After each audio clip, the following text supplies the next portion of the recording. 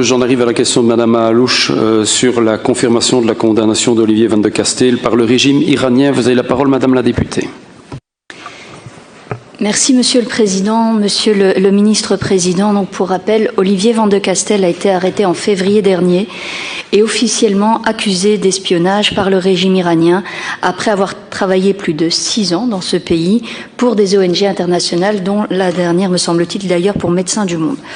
Alors, selon les autorités iraniennes, le Belge a été condamné, comme on le pressentait, à 28 ans de prison, ainsi qu'à 74 coups de fouet, ce qui est parfaitement inaudible pour l'ensemble des défenseurs des droits de l'homme que nous sommes.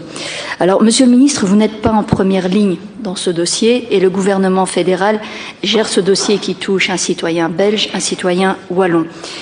Et depuis le départ, il faut le noter, votre attitude est celle de la prudence et finalement, c'est celle d'éviter de faire un pas qui pourrait s'avérer fatal dans ce dossier extrêmement sensible. Alors malgré cela, vous gardez des contacts avec le ministre des Affaires étrangères qui, avec le Premier ministre, font le maximum. Un maximum qui tout de même a ses limites, puisque en l'espace d'1 an, ce sont 4 contacts téléphoniques et une visio avec ses proches. Alors maintenant que la condamnation est officiellement tombée, et en fonction des contacts que vous entretenez avec vos homologues du fédéral, existe-t-il encore des possibilités pour faire évoluer ce dossier? Et donc j'aurais aimé faire le point avec vous, évidemment avec toute la prudence que demande ce type de dossier. Je vous remercie. Vous avez la parole, Monsieur le Ministre-Président. Bien, merci beaucoup, Monsieur le Président, Madame la députée. La situation est totalement dramatique pour notre compatriote Olivier Van de Casteel et je ne vous cache pas qu'elle me révolte au plus haut point.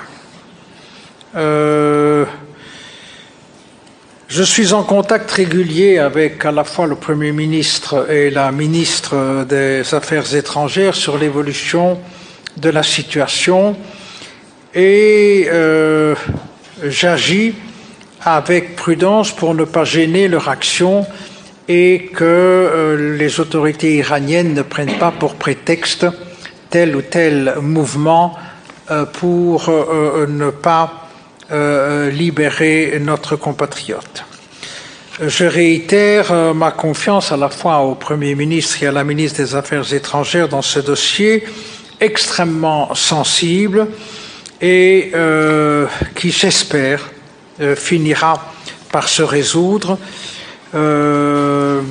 mais le travail est manifestement complexe. Comme vous le rappelez, d'une manière générale, c'est le fédéral, c'est le gouvernement fédéral qui est seul compétent. Cependant, je souhaite que tous les Wallons, toutes les personnes qui vivent en Wallonie puissent montrer leur soutien à notre compatriote. C'est pourquoi j'ai pris contact avec M. Philippe Ansemans, qui est le directeur d'Amnesty International Belgique, afin de discuter avec lui d'une action conjointe de la Wallonie avec Amnesty pour Olivier Van de Casteel.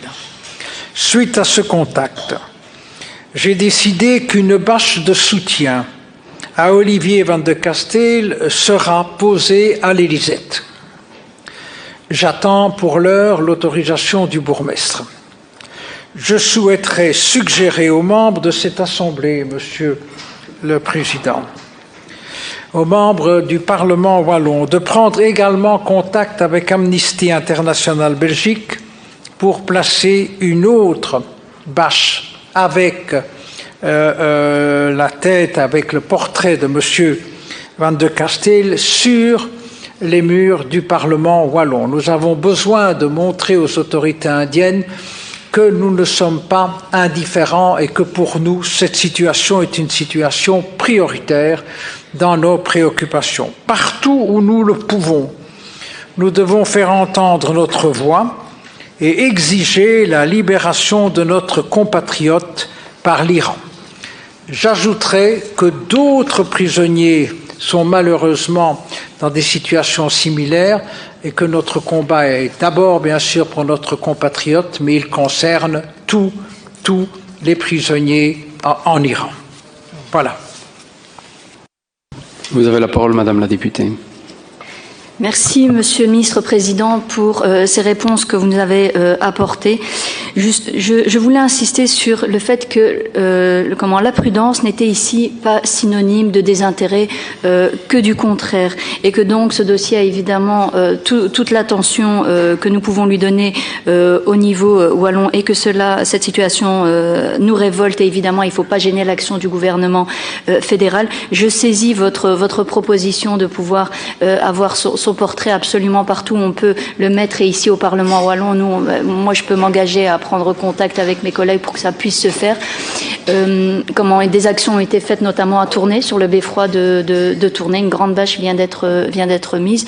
Et si je peux me permettre d'être le relais ici de ses proches, de sa famille, des Wallons picards, de l'ensemble des Wallons et même des Belges sur cette question, une des demandes pressantes réellement de ses proches, c'est d'améliorer ces conditions de détention qui sont particulièrement difficiles. Voilà, je vous remercie. Peut-être, ce qui n'est pas de coutume, mais vous dire deux choses. D'abord, j'ai dit indienne, autorité indienne, pour dire autorité, vous avez compris, iranienne. Bien sûr, ce sont les autorités iraniennes.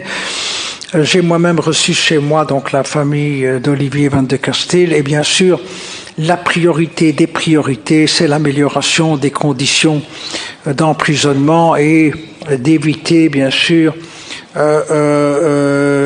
les sévices physiques qui sont totalement contraires aux droits humains internationaux.